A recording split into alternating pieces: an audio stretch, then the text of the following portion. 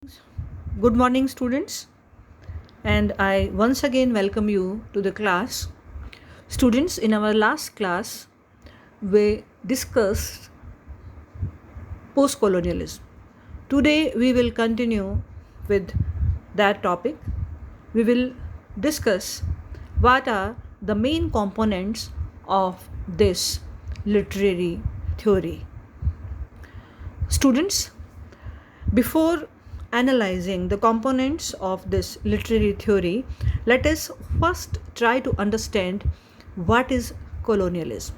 I hope you have all heard about this term.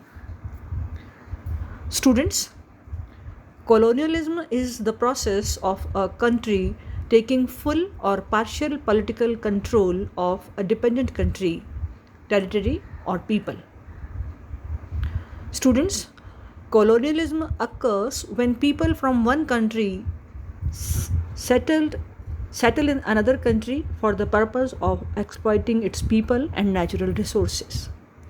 Colonial powers typically attempt to impose their own languages and cultures on the indigenous people of the country they colonize. Indigenous students here means people who are natives, who are residents of the country who has just been colonized or the subordinate country. Students, colonialism is similar to imperialism, the process of using force and influence to control another country or people. As you know, by the year 1914, a majority of world's countries had been colonized by Europeans. In most cases, the goal of colonizing countries is to profit by exploiting the human and economic resources of the countries they colonized. In the process, the colonizers sometimes forcibly attempt to impose their religion, language, culture, and political practices on the indigenous people. And if you have been students of political science, history, and sociology, you must have read how Portuguese, French, Dutch, and Britishers they influenced India's heritage, culture, traditions, language, education system, and power politics. Students, post-colonialism emerged as a result of colonialism. It refers to the discourse which deals with the effect of colonization on culture and societies. After a colonial period, the colonizers' thought, particularly Western thoughts, have dominated world's culture and marginalized the colonized culture. The colonizer's culture is seen as the higher and superior one, and above the colonized culture that is seen as the other. You must have sensed that how here in India, even after 7 decades of independence, usually this is a thought process of some people, not all the people, that they prefer foreign language or foreign dresses, or they try to imbibe culture that is dominant in Western countries.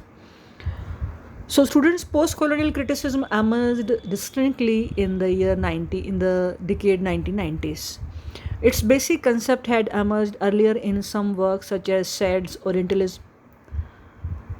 However, the term began to be used in 1990s through some books such as Gayatri Spivak's In Other Words, 1987, Ashcroft's The Empire Writes Back, 1989, Bhabha's Nation and Narration, 1990, and Sad's Culture and Imperialism, 1993. At the beginning, post-colonial criticism tried to criticize the limitations and biases which are present in the West's perceptions only. However, in the later phase, post-colonial criticism is also concerned with the explorations of the post-colonial societies, celebrates and celebrates diversity, hybridity, and difference. Therefore, it is not always about the rivalry between colonizer and the colonized. Now, let us discuss hybridity. Students, the relation between the past and present is crucial in post-colonial discussion, particularly about hybridity. Since hybridity means belonging to more than one culture, the past and present are crucial in the formation of diversity of culture. In post-colonial discussion of hybridity, the colonial past and the neo-colonial present cannot be separated. Hybridity itself is a state when individuals belong to more than one culture. This is because they are living in a new culture while still having their original one. They live in the present time but still have memory of their past. Colonized people have to get back to the past to find a voice and identity. It means that the past is very crucial for the search of identity. In other words, the people experiencing hybridity cannot shed away the past as represented by the blackness and merge into the present as represented by the whiteness. They live between their origin culture and the new one. Moreover, this does not only happen to the colonized and not always deal with colonization. The case of living between past and present can also be found in the life of immigrants in many parts of the world. The attempt of immigrants to trace back their family histories is another example of living between past and present. In the United States, some immigrants, particularly the next generation immigrants, try to reveal their family stories. Now let us try to understand displacement.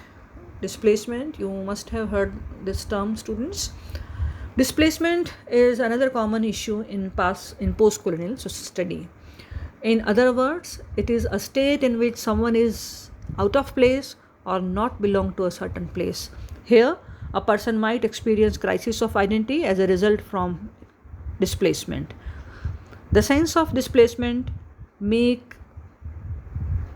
people or colonized people or migrants to feel alienated and have crisis in self-image. Their experience in a new place or with a new culture make them feel the sense of otherness. Students, we are going to study the novel that has this feeling of displacement. This novel is there in our syllabi, House for Mr. Biswas. This is the title of the novel, and in this novel we can feel how Mr. Biswas and some of his family members they feel displaced, how they have a sense of homelessness in a foreign country, although they have migrated over there in search of money or a good career. So, experience of these migrants in a new place or with a new culture make them feel the sense of otherness, since the different condition in a new place demands them to change and adapt to the new condition. Therefore, they become different from their old self, but they are not the same as the people in the new place or the people with the superior culture. So, student, one of the characteristics of post-colonial criticism is the recognition of an identity as double or hybrid. A hybrid itself is technically a cross or mixture. Therefore, hybrid identity is an identity which is cross or mixture of more than one identity. The formation of this hybrid identity is related to a relationship between the past and present, the sense of displacement in which an individual might develop a new identity. Identity is never complete. It is always in process and constituted within representation. It is a matter of becoming as well as being able, and belongs to the past as well as to the future. So, students, one of the examples of hybrid identity can be found in the second generation Asian youth settled in Canada or UK or USA, particularly those of South Asians. These people are often bicultural, they have access to two cultural norms, which are either Canadian or British and Asian norms. Now, these norms, these foreign norms, of which they have become citizen, or they have imbibed those norms being a citizen of the new country, are particularly acquired from the infrastructure of either Canada or Britain or US,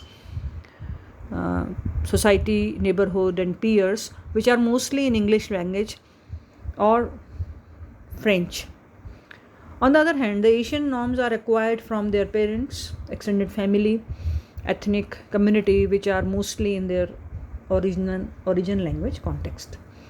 These circumstances make them gain double identities, one of either Canadian or British, and the other is their own, from their one of their own origin country. So students, this discussion, the brief discussion that we did today about what is post-colonialism, what are the main happenings or concepts on which this critical theory has been built upon. We discussed them in our last two classes. So students, we will continue with some new ideas on post-colonialism in our next class. Thank you very much.